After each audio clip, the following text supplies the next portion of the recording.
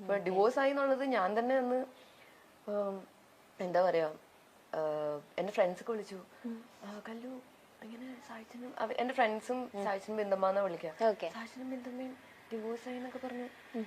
ഞാന് ഡിവോഴ്സ് അപ്പത്തേക്ക് കുറച്ചെന്റെ close friends വിളിച്ചിട്ട് പറയും, എടി നമ്മുടെ സായിച്ചനും ബിന്ദമ്മ ഡിവോഴ്സ് ആയി എന്ന് പറഞ്ഞല്ലോ, നീ പോയി പറഞ്ഞൊക്കെ.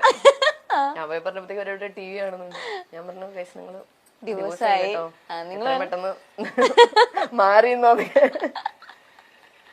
ഓക്കെ, അതങ്ങനെയായിരുന്നു ആ കഥ. അവരുടെ സൈഡ് കേട്ടു, ഈ സൈഡ് കേൾക്കണം എന്നുണ്ടായിരുന്നു. അങ്ങനെ തന്നെ.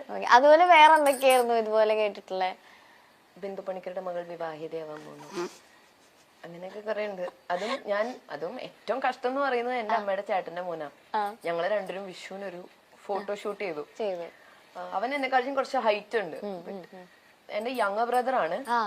ഞങ്ങൾ ഒരുമിച്ച് ഫോട്ടോ എടുത്തപ്പോഴത്തേക്കും എന്താ ഭാവി വരനും ഒപ്പം എന്നൊക്കെ പറഞ്ഞു. ഞാൻ നമ്മള് കല്യാണം അങ്ങനെയൊക്കെ. വേറെന്നോ അത് എനിക്ക് ആക്ച്വലി പറയണമെന്നുണ്ടായിരുന്നു. ഞാൻ UK പോയപ്പോ 4.5 കോടി മുടക്കി ബിന്ദു പണിക്കരുടെയും 4.5 കോടിക്ക് ഇത് കോസാന്ന് പറഞ്ഞാൽ കൊള്ളായിരുന്നു. ഞാനും കണ്ടു. അപ്പൊ എന്റെ ഫ്രണ്ട്സ് ഒക്കെ ഇനി 4 അല്ല 10 എന്ന് പറഞ്ഞു കമന്റ് കുറഞ്ഞു പോയിന്ന്. എനിക്ക് അറിയില്ല ഏത് കോഴ്സാണെന്ന് ആലോചിക്കും. 4.5 കോടി മുടക്കി കോഴ്സ് പഠിക്കാൻ. അവിടെ മനുഷ്യനിങ്ങനെ ജീവിച്ചു, അവിടെ വേറെ പണി ചെയ്യുന്ന മനുഷ്യനാണ് ജീവിച്ചോണ്ടിരിക്കണേ സൈഡായിട്ട്. അതൊക്കെ ക്രേസിയാണ്. അങ്ങനെ ഓരോ കാര്യങ്ങള്. പക്ഷെ ഇപ്പൊ അതൊക്കെ ശീലം. ഇപ്പൊ ഓർക്കുമ്പോ ചിരി വരണ്ടല്ലേ. UK പോയാലും വെറുതെ വിടില്ലല്ലോ എന്ന്. 4.5 കോടി ഞാൻ ഇപ്പോഴും ആലോചിക്കും, ഏതായിരിക്കും അങ്ങനെ കോഴ്സ് ഒക്കെ ഉണ്ടോ ഇത്രയും കോടിയൊക്കെ. ഒരു ഇപ്പൊ എനിക്ക് തോന്നുന്നു ഭയങ്കര ഒരു സ്റ്റാർ കിഡ് ആണെങ്കിൽ പോലും അതിന് ഭയങ്കര ഒരു വാല്യൂ കൊടുത്തിട്ടോ. ഇപ്പൊ ചില ആളുകൾ നമ്മൾ അത് യൂട്ടിലൈസ് ചെയ്യാൻ നോക്കും, നല്ല രീതിയിൽ യൂട്ടിലൈസ് ചെയ്യാൻ നോക്കുന്ന ആളുകളുണ്ട്. പക്ഷെ കല്യാണിയുടെ ഇതിൽ തന്നെ നിന്ന് ചെയ്യാനായിട്ട് ശ്രമിച്ചു പോകുന്ന ഒരാളായിട്ട് എനിക്ക് തോന്നിയിട്ടുണ്ട്. അങ്ങനെ തന്നെയല്ലേ? സത്യം പറയണേ അങ്ങനെ ആലോചിച്ചിട്ടില്ല. ഇപ്പൊ അമ്മയുടെ അച്ഛനെയും പോലെ അല്ല, എനിക്ക് എന്റേതായ ഒരു ഇത് വേണമെന്ന് ഞാൻ ചിന്തിച്ചിട്ടില്ല. എന്തൊക്കെ ഡാൻസ് ചെയ്തു ഇതെന്ന് പറഞ്ഞാലും എനിക്ക് ഇഷ്ടവും സായികുമാറിന്റെ ബിന്ദു പണിക്കറിന്റെ മകൾ എന്ന് കേൾക്കാൻ തന്നെയാണ്.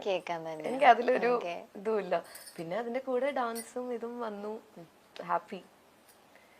അങ്ങനെ അവർക്കും ഇതാക്കാൻ പറ്റുന്നുണ്ടല്ലോ. ലൈക്ക് എന്താ പറയാ, ഞാൻ കഴിഞ്ഞ ദിവസം എയർപോർട്ടിൽ എന്തോ നിക്കാൻ തോന്നുന്നു, എന്നെ അവര് വിസിറ്റ് ചെയ്തിട്ട് തിരിച്ചു പോകാൻ കണ്ട.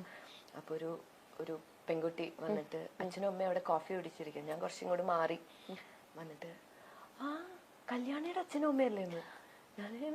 അവരെന്നിങ്ങനെ നോക്കി, അതെ മോൾ അവിടെ ഉണ്ടെന്ന് പറഞ്ഞു. അങ്ങനെ കുറച്ച് പേര് ചോദിക്കാറുണ്ട് ആക്ച്വലി. കുറച്ച് ഇപ്പോഴത്തെ സായികുമാറിന്റെ എക്സ്പ്രഷൻ ആലോചിച്ചോണ്ടിരിക്കണേ. അതെ അവിടെ ഉണ്ട്.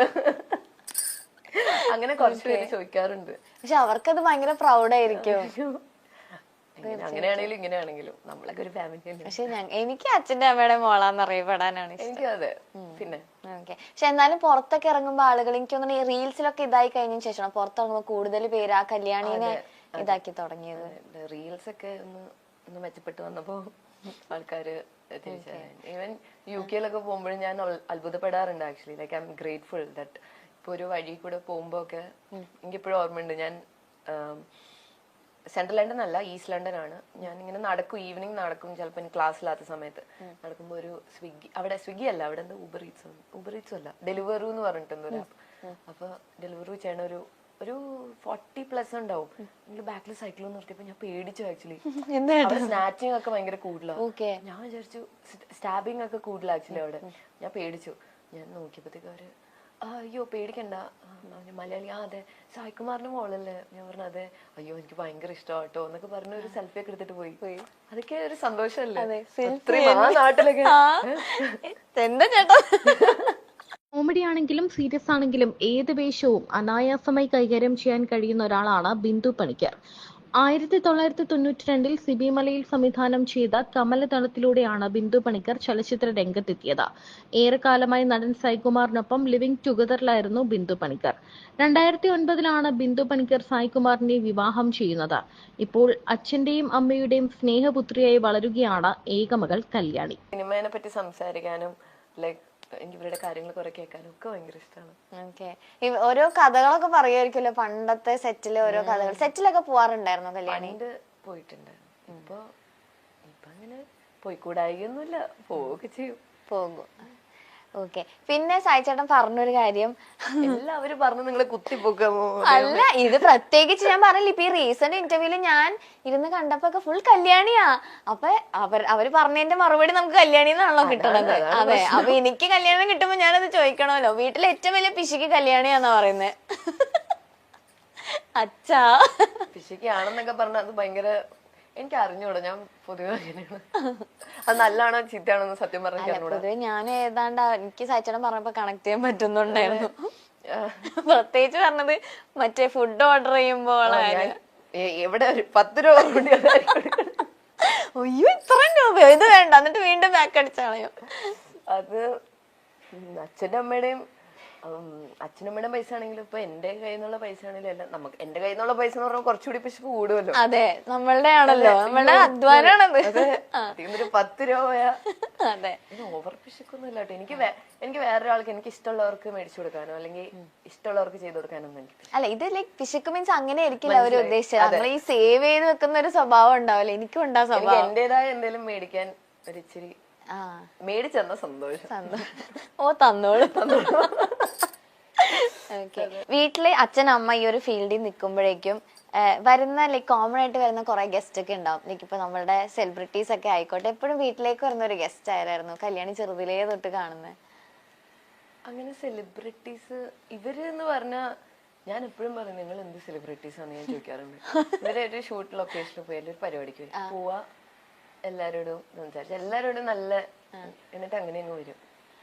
നിങ്ങക്ക് കുറച്ചൊരു സ്പെൻഡ് ഒക്കെ ചെയ്ത് കുറച്ച് അവര് പോവാ, എല്ലാത്തിലും കൂടുക, തിരിച്ചു കോണ്ടാക്ട്സ്. അതെ, അങ്ങനെയാണ്.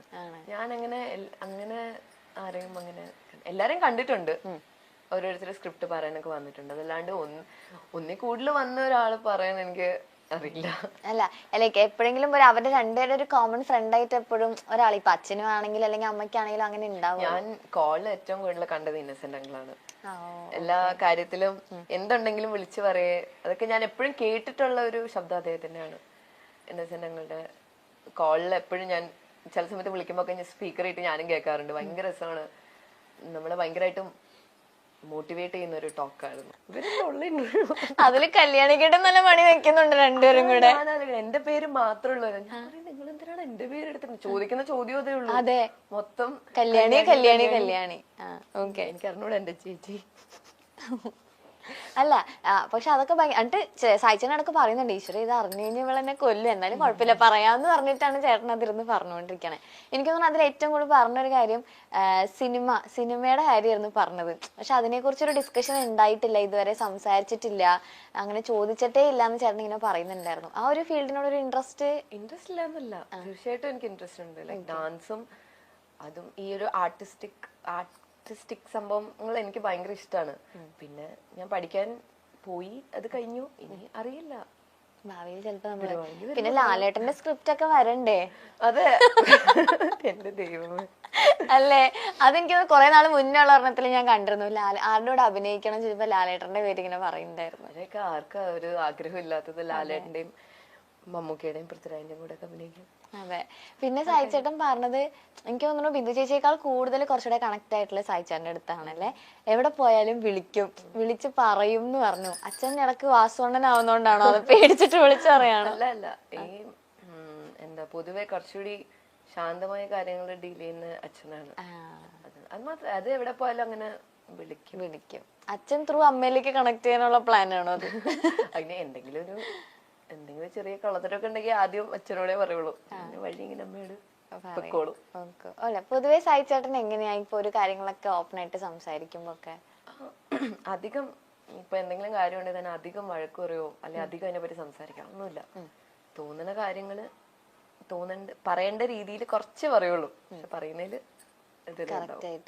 എന്തെങ്കിലും വഴക്കൊക്കെ പറയണേ അങ്ങനെ. പക്ഷെ പൊതുവെ വീട്ടില് ഭയങ്കര കാം പേഴ്സൺ ആണ്. ഇപ്പൊ ഞാൻ ശരിക്കും ഓപ്പൺ ആയിട്ട് ചോദിക്കുകയാണെങ്കിൽ സ്ക്രിപ്റ്റും കാര്യങ്ങളൊക്കെ സിനിമയുടെ ബേസ് ചെയ്തിട്ടൊക്കെ വരുന്നുണ്ടാവുമല്ലോ കല്യാണിക്ക്. എന്തുകൊണ്ടാ ഇപ്പൊ വേണ്ടെന്നുള്ളൊരു ഡിസിഷൻ? ഇപ്പൊ വേണ്ടെന്നല്ല, നല്ലത് ലൈക് നമുക്ക് ചെയ്യാൻ പറ്റുന്ന ഒരു ക്യാരക്ടറിനെ ഉള്ളൂ. എനിക്ക് അറിയില്ലല്ലോ ഏതാണെന്നൊന്നും അറിയില്ല. ഉണ്ടെങ്കിൽ വരുമ്പോ കാണും, അത്രയും സന്തോഷം. അപ്പൊ ചെയ്യാന്നുള്ളൊരു മൈൻഡില്. ഓക്കെ. എന്നാൽ ഈ ഒരു ഫീൽഡിൽ നിൽക്കുമ്പോ അച്ഛനും അമ്മ എന്തൊക്കെ കാര്യങ്ങളാ പറഞ്ഞു തന്നിട്ടുള്ള ഈ ഒരു ലൈക്ക് ഒരു സിനിമാ ഫീൽഡിനെ ഒക്കെ കുറിച്ചിട്ട്? സിനിമ ഫീൽഡിനെ പറ്റി അങ്ങനെ കാര്യമായിട്ട് പറയേണ്ട ആവശ്യമില്ലല്ലോ. എന്റെ വീട്ടിൽ തന്നെയല്ലേ രണ്ടുപേരും. അവരുടെ ഒരു മൂവി കഴിയുമ്പോ തന്നെ അവര് പറയുന്ന കാര്യങ്ങൾ എനിക്ക് കേൾക്കാവുന്നതേ ഉള്ളൂ. പിന്നെ അതിൻ്റെതായ ഉപദേശങ്ങൾ എപ്പോഴും അവര് പണ്ടും ഇന്നും എപ്പോഴും തരും. ഓക്കെ. ഇവരെ രണ്ടുപേരും ചെയ്ത സിനിമകളിൽ ഇപ്പൊ ഏറ്റവും ഒരു ഇഷ്ടമുള്ള ക്യാരക്ടർ ഉണ്ടാവില്ലേ, അതേതായിരിക്കും? ഓൾ ടൈം ആണോ ഇപ്പൊ ഇറങ്ങിയതാണോ? All time. ഓൾ ടൈം അമ്മയുടെ ഞാൻ കുറെ വട്ടം പറഞ്ഞിട്ടുണ്ട് ഇത്. എനിക്ക് അമ്മയുടെ ജോക്കർ എന്ന് പറഞ്ഞ മൂവിയിലെ that is my all time favourite. Like അമ്മയുടെ ഏറ്റവും നല്ലൊരു പെർഫോം, ഏറ്റവും നല്ലതെന്ന് എനിക്കറിയില്ല, എനിക്ക് ഭയങ്കര ഇഷ്ടമുള്ളൊരു ക്യാരക്ടറാണ്. പിന്നെ അച്ഛൻ അങ്ങനത്തെ ഒരു സീരിയസ് റോൾ എടുത്തു പറയാൻ പറ്റില്ല. ഒരുപാട് ക്യാരക്ടർ ഉണ്ട്, എനിക്ക് ഒത്തിരി ഇഷ്ടമുള്ള ക്യാരക്ടേഴ്സ് ഉണ്ട്. പക്ഷെ എനിക്ക് മൈ ബോസ് ഭയങ്കര ഇഷ്ടം. എന്താ അറിയില്ല, കുറച്ചുകൂടി റിയൽ ഫാദർ ആയിട്ട് എനിക്ക് തോന്നും. That is actually him. അങ്ങനെയാണല്ലേ? That is actually him actually. അങ്ങനെയാണ്. ഒരു കോമഡിയും റിലാക്സേഷനും ഒക്കെ ഹാൻഡിൽ ചെയ്യാൻ പറ്റുന്ന ഒരു ആളാണ്.